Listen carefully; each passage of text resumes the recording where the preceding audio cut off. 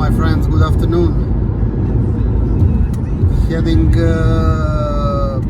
back to Belgrade from Šimanovci. On our right we can see at the very back Avala mountain, and a bit closer the interestingly shaped building of the Belgrade Airport Museum, which is actually closed. Actually not the airport museum, but it is located within the airport complex, but it is called the aviation museum. Quite interesting place. I've been there once, quite a long time ago, but for every person that is fascinated by the capabilities of plane, of generally flying, it's quite nice place to visit. But we'll actually now, as it is now 4 o'clock p.m., we'll see when actually at what particular point the traffic jam begins as far as Belgrade is concerned.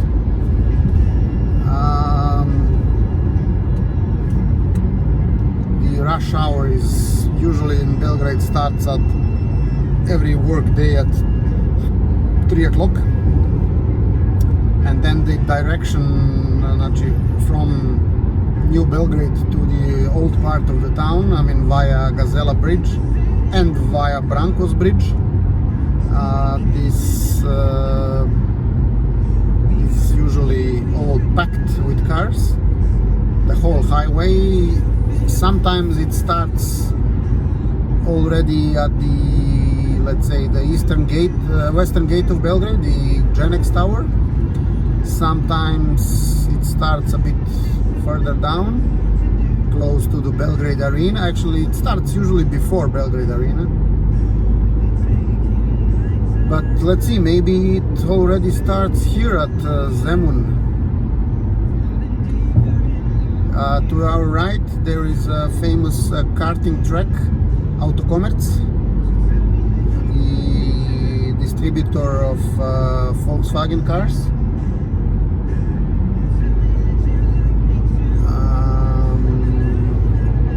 With the exception of Skoda.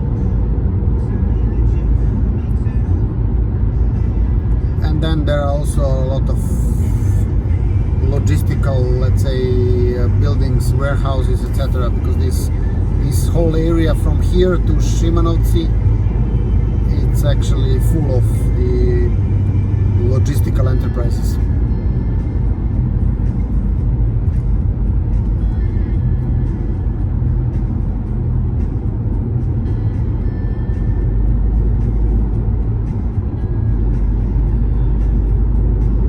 I'll try. If I can, I'll try to avoid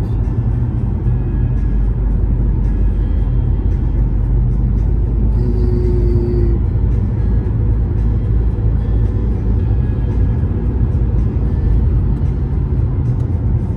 Gazela Bridge, which is not always easy.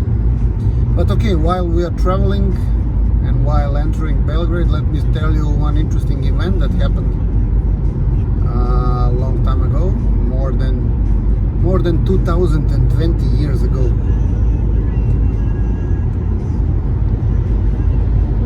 Because in the 3rd year before Christ, or before New Era as we say in Serbia,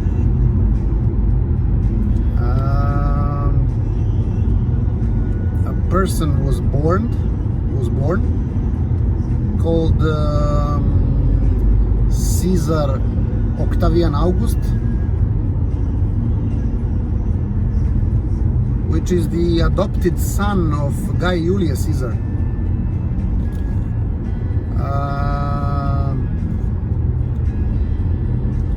This young fellow was the successor of Guy Julius Caesar, because obviously,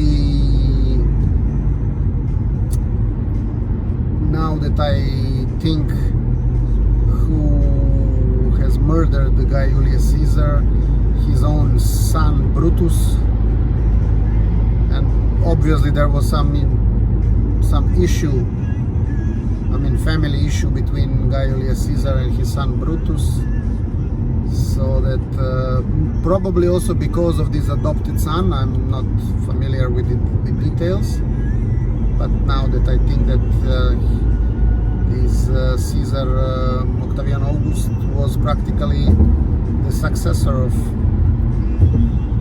Julius Caesar. He appeared to be one of the most positive of all Roman emperors. He was also, we can say it was a Roman Tsar.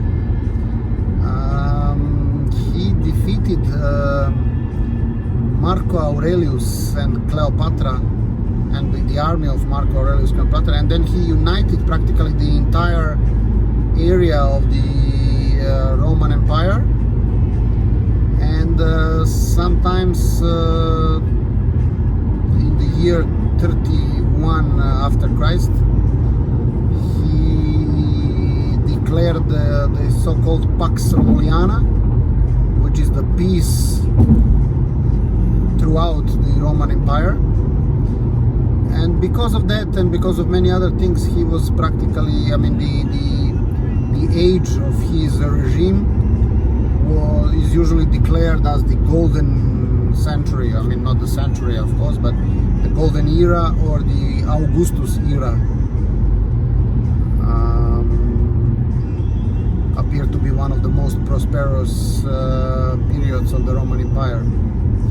Now we are slightly but surely entering Belgrade. We see the Genex Tower, the western gate of Belgrade.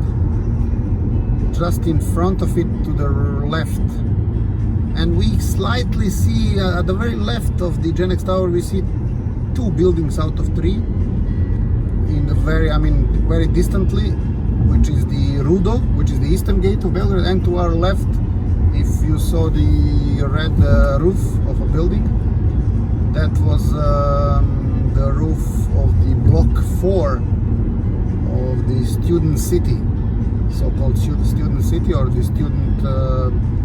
Studentenwohnheim, as the Germans would say.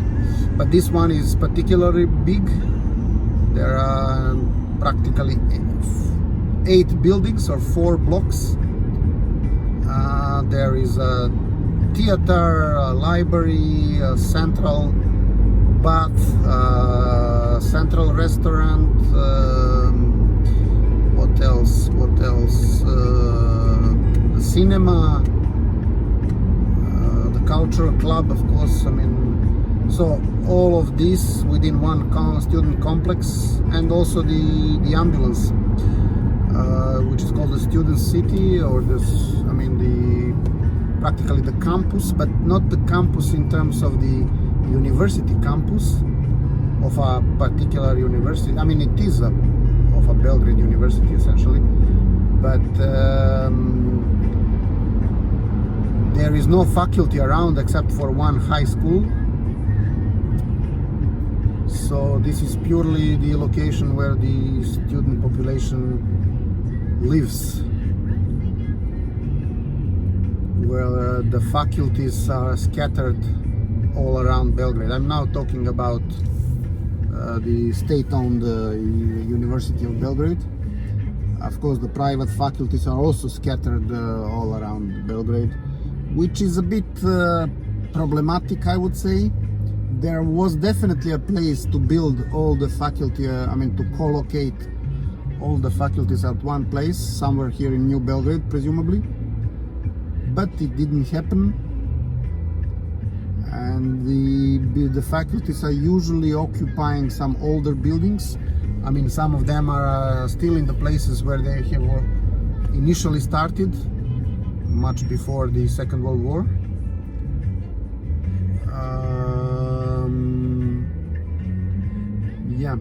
The building that we see just beneath this Passarella is known for its heliodrome. It's practically one of the very few, if not the only building in Belgrade with the heliodrome built particularly for that purpose.